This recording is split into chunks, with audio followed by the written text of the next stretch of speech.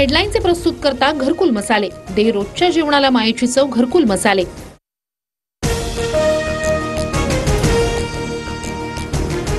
पंतप्रधान नरेंद्र मोदी आज मुंबई दौऱ्यावर। भारताच्या पहिल्या जागतिक ऑडिओ व्हिज्युअल आणि मनोरंजन शिखर परिषदेचं मोदींच्या हस्ते उद्घाटन होणार।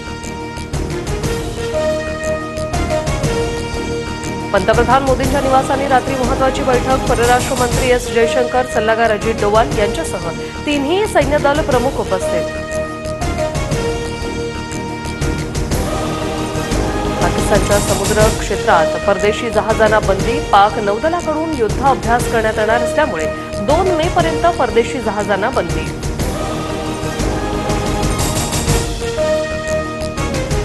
पाकिस्तानी लष्कर आणि पाकिस्तानी पोलिसात शाब्दिक चकमक। पश्तून पोलीस अधिकाऱ्यांचा पाक आर्मी अधिकाऱ्यांसोबत शाब्दिक वाद, व्हिडिओ व्हायरल।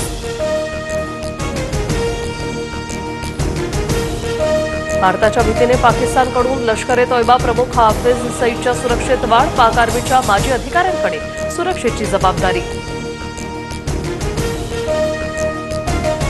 पहलगाम दहशतवादी हल्ल्याप्रकरणी आज सुप्रीम कोर्टात सुनावणी। सुप्रीम कोर्टाच्या निवृत्त न्यायाधीशांमार्फत चौकशी करण्याची मागणी।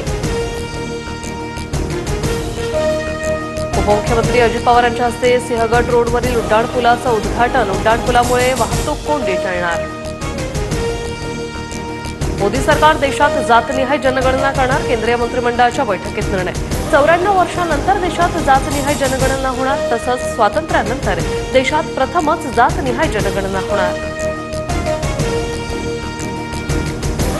जातनिहाय जनगणनेचा निर्णय ऐतिहासिक। मोदी सरकारच्या निर्णयामुळे मागासवर्गीयांना न्याय मिळणार। मुख्यमंत्री फडणवीसांची प्रतिक्रिया।